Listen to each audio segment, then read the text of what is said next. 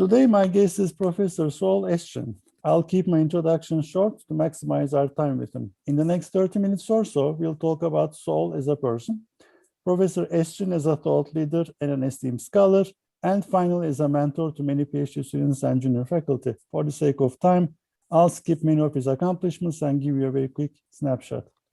Professor Estrin is an AIB Fellow and an Associate Fellow of the Center for Economic Performance at London School of Economics. He was the founding head of the new Department of Management at LSE and formerly served as Associate Dean and Acting Dean at LBS. Saul has published around 150 books and scholarly papers on a wide range of subjects in IB and entrepreneurship, with particular reference to emerging and transition economies. In addition to his scholarly work, he was a non-executive board member of Baring Asset Management, Emerging Markets Trust, and a member of the academic panel of the UK postal regulator Postcom. He has consulted to the World Bank, European Union, and OECD, as well as several major global companies. Thank you, Saul, for joining us. Hi. First question, what did you want to become when you were a child? Well, it's interesting you asked that. I've thought about this question a little bit. I'm a child of the 1960s, which I'm sure you and none of your listeners can think back to. No one wanted to become things in that era. This idea, the concept that you at a young age would have a purpose was completely unknown. I didn't want to become anything. I wanted to be happy. I wanted love. I wanted peace. I wanted a better world. That's it. Where did you grow up? What? Where did you grow Who up? said I grew up? Okay.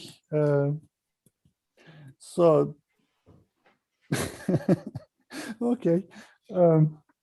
The moment of distinct awareness between domestic versus foreign.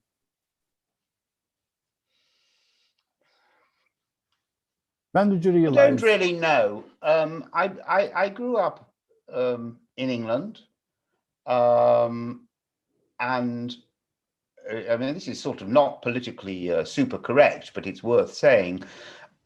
England at the time when I grew up was still the center of quite a large empire.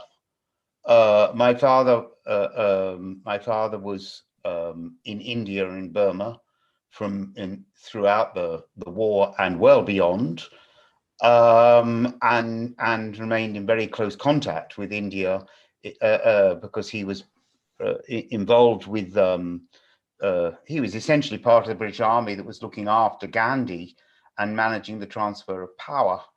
And so he remained in quite close touch with the leadership of India after independence in 1948. And you know, during my youth, in our schools, in our politics, if you were in the UK, the head of state of Britain was the head of state of Nigeria, was the head of state of Jamaica, was the head of state of Canada, was the head of state of Australia. And so the distinction between national and international was perhaps a little bit looser, oddly enough.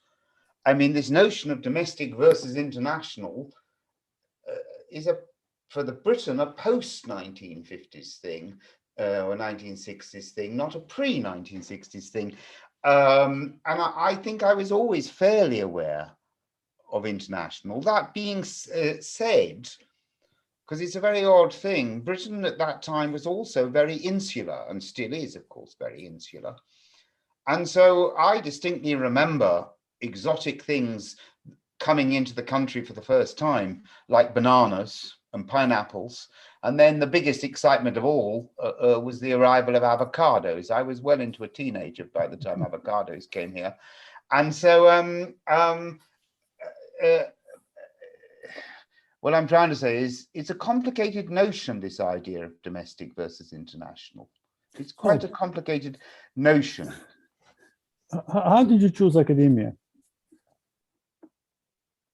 Well, I'm afraid this is the same answer as your first question. I didn't choose anything. I sort of went to university without any particular plan in life, and I never left.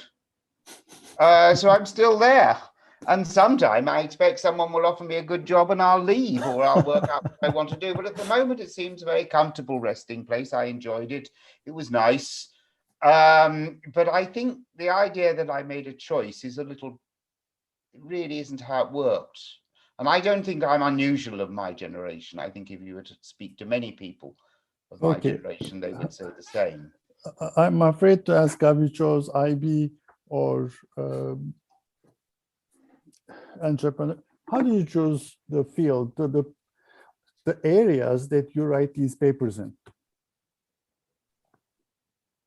Now that is a more complicated story. I'm very, the fields in which I am interested in, I'm an economist by training.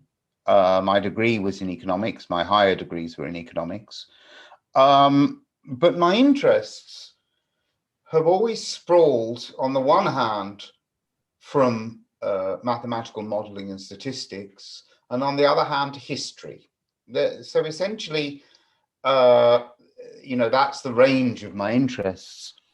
And my very great interest in history has always led me to be extremely interested in political and economic systems, what we would now call, what used to be called comparative economic systems, but is now called institutional analysis. And although I'm more interested in institutions as a system than I'm interested in individual institutions. Now, from a very early date, therefore, I was extremely interested. I'm not a macro person, I'm a micro person. I'm not interested in whether, I don't know, America performs better than China or Russia. It's not that it's an uninteresting question, I'm just not personally interested in it. But I am interested in how organizations perform in different types of system. And the first two systems I looked at in organizations were the Soviet type system and the British type, or the US, the Anglo-Saxon type system. And that was my comparison. I was involved in that. I was interested in that really as a school child. And I worked on the Soviet, I looked very closely. I was traveling around Europe. This is rather embarrassing, really, but in the 1970s, I had a yellow Volkswagen microbus, and I and a group of friends drove around Western and Eastern Europe and drove through the streets of places like Prague and Warsaw and so forth in a day when it was extreme, with waist length hair and Afghan coats and tie-dye t-shirts and things, at a time when, although this was very good for the UK, it really wasn't terribly fashionable, should we say, in the Soviet bloc. And we had some very nasty brushes, actually, with the authorities during those travels. But I was very interested in those systems. And that has been the focus of my interest ever since. It's changed form because the world's changed in 40 years, but it hasn't, the interest remains the same. I'm interested in why. I'm interested in why some organizations work well in some contexts, where a context is a system, is a constellation of institutional arrangements, why the same organization might work terrifically well in one place and rather badly in another. Why would an American or British type PLC really operate terribly well if you're thinking of Apple or Elon Musk? But when you plonk it in what is now Putin's Russia, or indeed to some extent in President Xi's China, the same organization doesn't work nearly as well, but a different organization works much better. Now, what is behind that? That's essentially, that was a rather long answer to your question. I'm sorry, I rambled on. You'll have to stop me, No, this was fine. This was fine.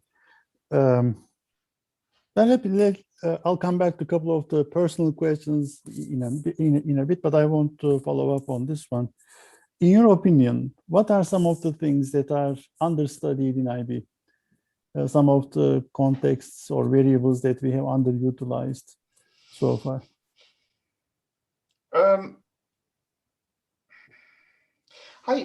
I have to say, I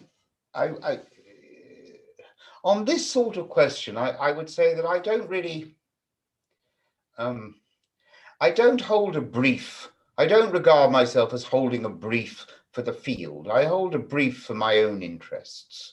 Okay. And so what do I feel is understudied? I think if I were running journals, which I don't, I think I would be quite interested in extending the analysis much more into the field of history and into the field of political economy. And I would be very interested in extending thinking about institutions, which are much thinking about institutions is quite formal, but much of what's important about institutions is, on the one hand, the informal. Well, I think the literature sort of knows that, but doesn't quite know what to do with it. And the second is the way institutions combine into systems, as I've already mentioned to you. So I think I'm not really going to talk about other people's research agendas. I don't have enough depth of knowledge, but within my own research agenda, I would say, let me come back to the political economy side, because I mean, one of the good things about my career is I have hung around some quite interesting people. So my career is quite a simple career. I started, I was at Cambridge for a long time, England, and then I went to LSE, and then I went to London Business School, and then I came back to LSE again. So I'm what you might call well-traveled in a range of about 60 miles. And there've been a lot of interesting people at LSE. And when my first phase at LSE, the person in charge of economic institutions, not much known now, it was a guy called Peter Wiles, who was really pivotal in developing the idea. His core textbook was called Economic Institutions Compared.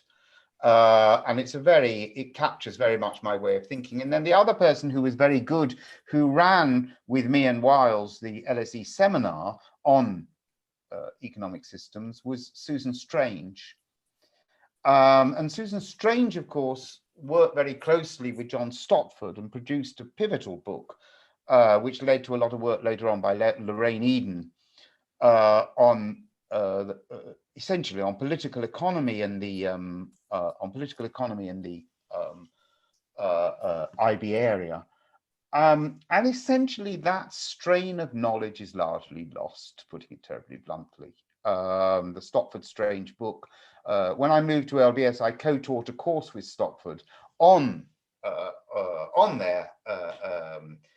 that work. It's just not there really in the literature anymore. Why is that?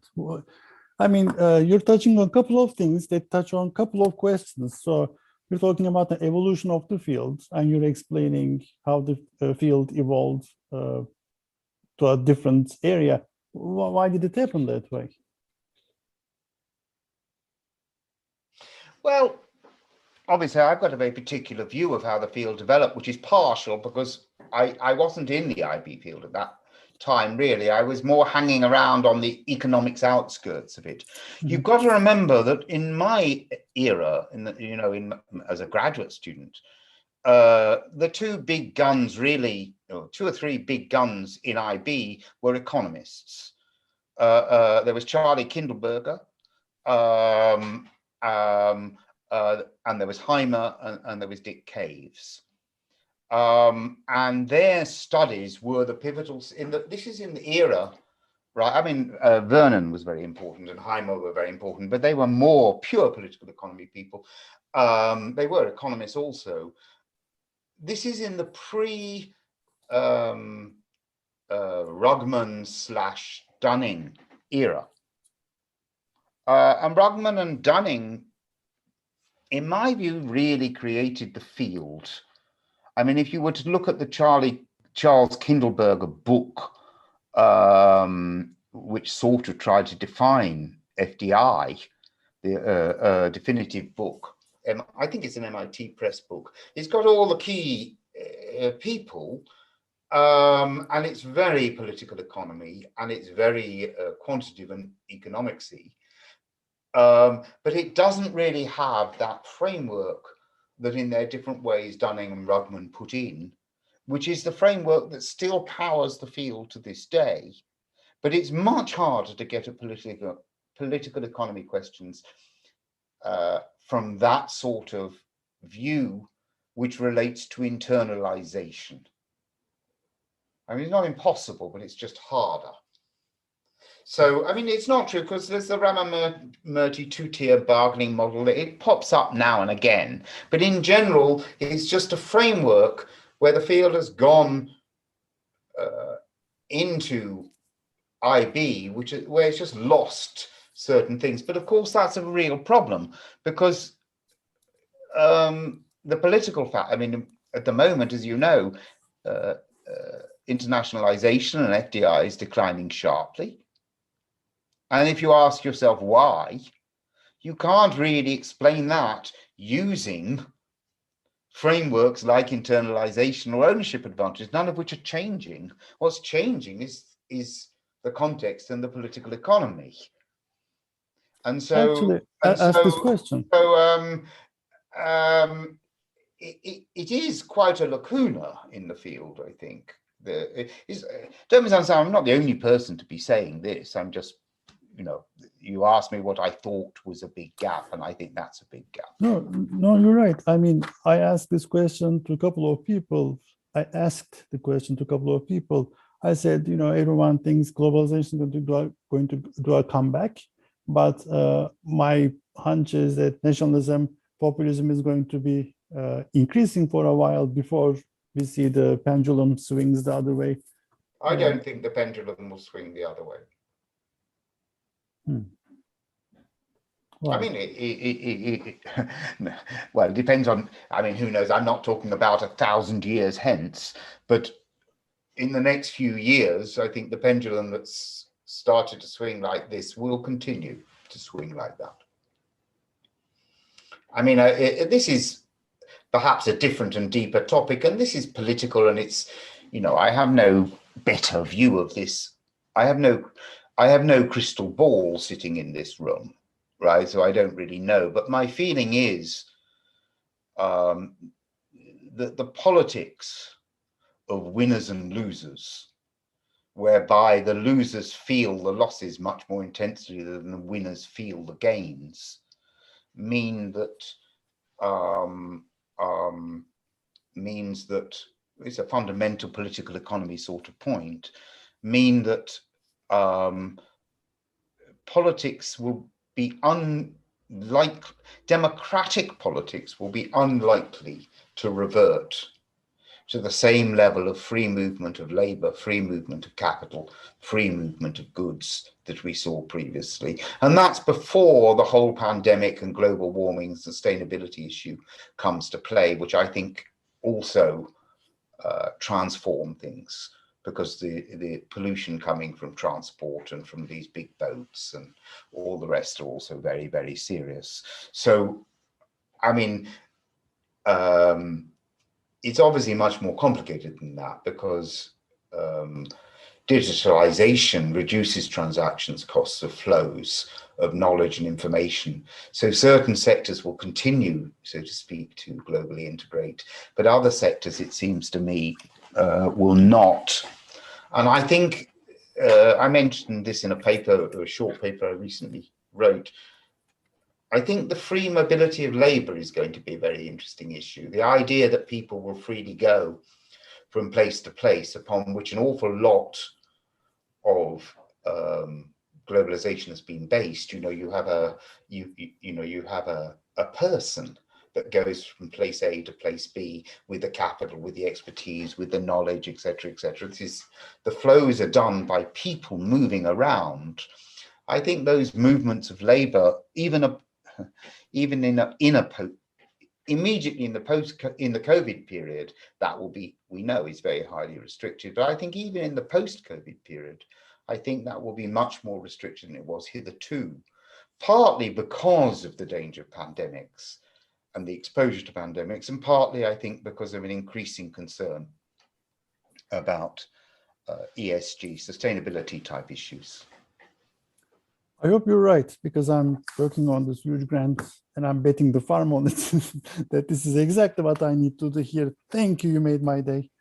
Now, about regrets in your career, regrets in your life. Do you have any regrets?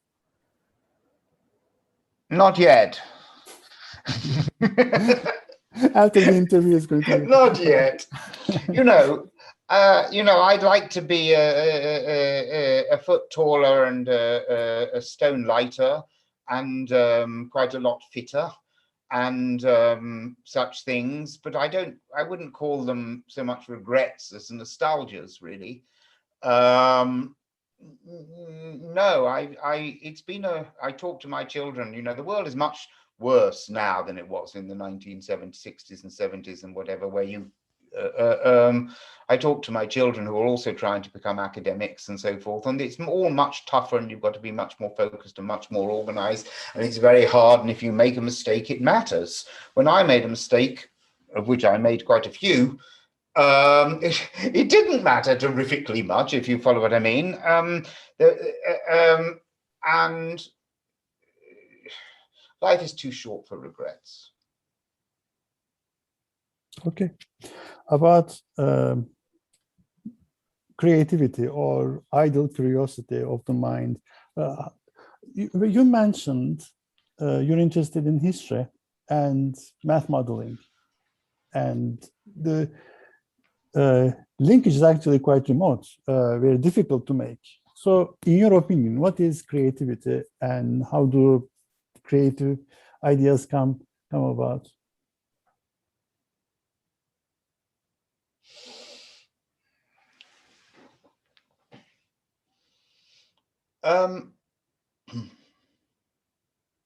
Well, I think,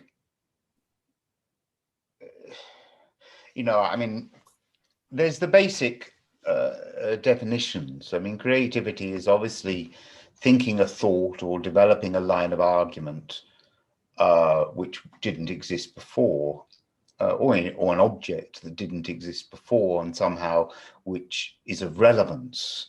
You can't just create something which is irrelevant or unimportant or doesn't talk to people.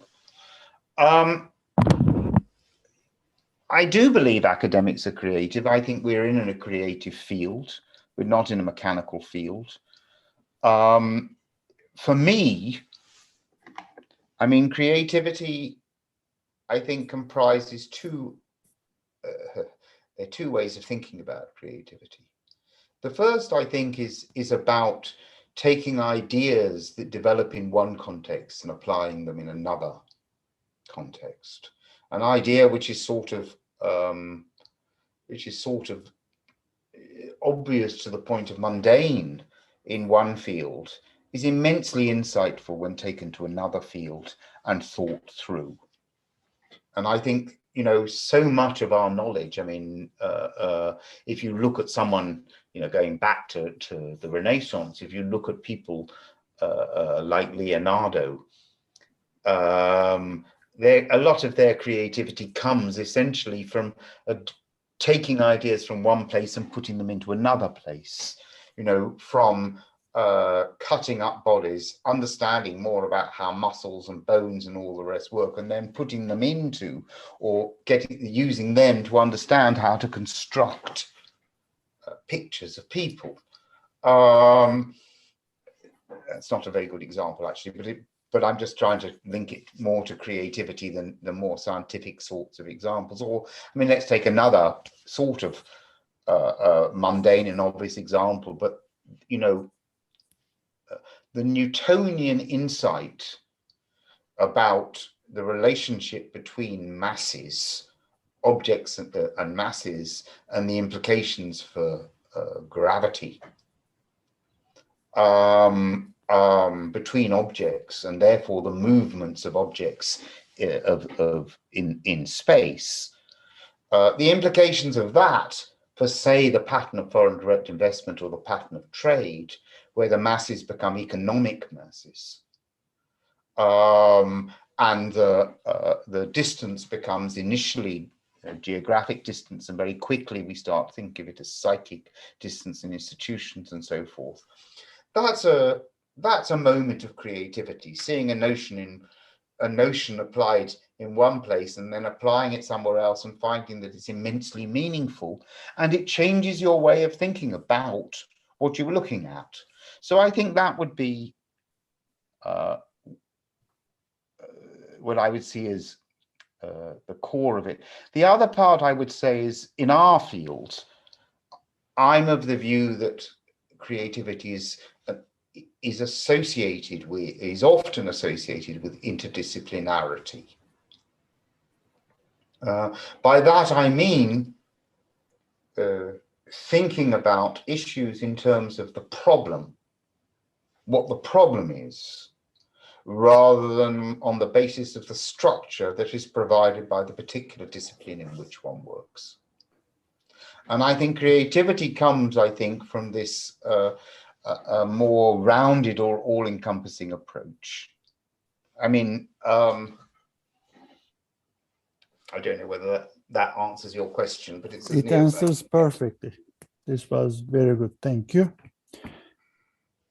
About, well, if you could start all over again, and if you could write a dissertation going back a couple of years, what's a good dissertation topic? Now? There's an infinite number of good. Sorry, it's a very difficult question because, you know, to be honest with you, I get emails every week with students suggesting dissertations, and I have to tell you, their ideas are damn sight better than my ideas, because they're young and they're close to the cutting edge, and you know that I sit, you know, like the spider in the middle of the web here, and I feel tension along the web, but I'm not out there doing things. Do you, Let me put it this way. I would say this. I would say the following. I don't know exactly the answer to your question, but I would say the following. Good work comes, in my view, ultimately from new observation. So I would base my own good topics would come not from, in of itself, theoretical gaps, but rather from observation, from new data sets, from new sources of information, and then thinking about how the theory has got to be developed or extended, there's your creativity, so as to understand those new observations. Let me give you a very simple example of what I'm working on now, but I mean, just as you probably know, the globe is completely surrounded by satellites. And there's a lot of information that now comes in. You can get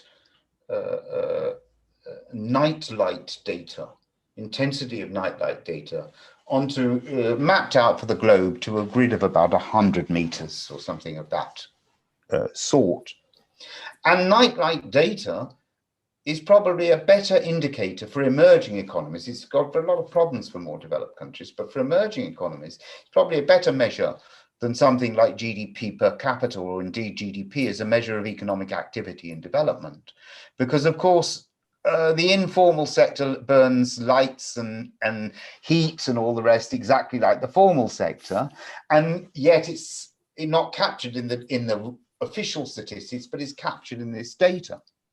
So if I were a younger person, I mean, I think a lot of work's going on, so I'm already out of date, but I'm using it as an example.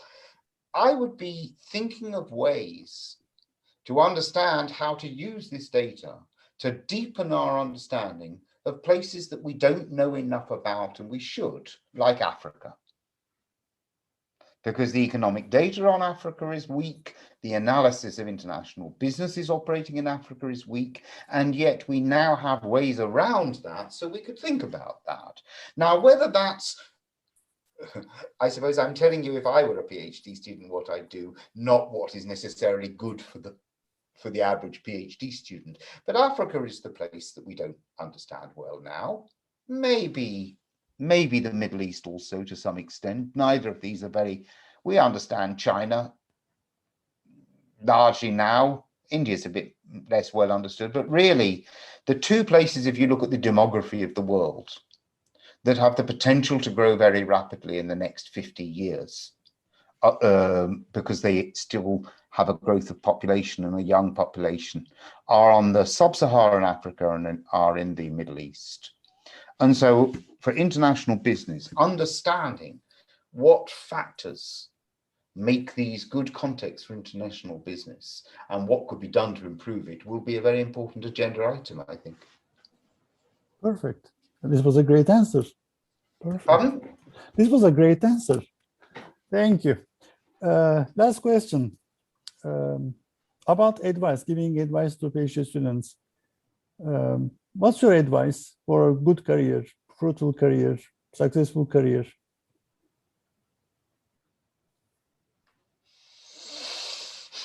Well, I'm afraid I have very bland advice. I speak here as a former faculty dean of London Business School. Publish.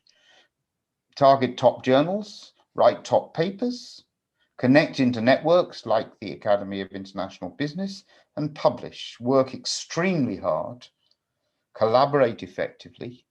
When you don't have skills, find good collaborators that do have those skills, and embed get a portfolio of work going when you're young, and it will build from there sort of on its own. It will develop a momentum on its own from there. But really, publishing, target high, publish well. It's not rocket science, what I'm advising. Thank you so much for this interview. I learned a lot. I'm sure the audience will agree with me. Thank you, Saul. Okay, bye.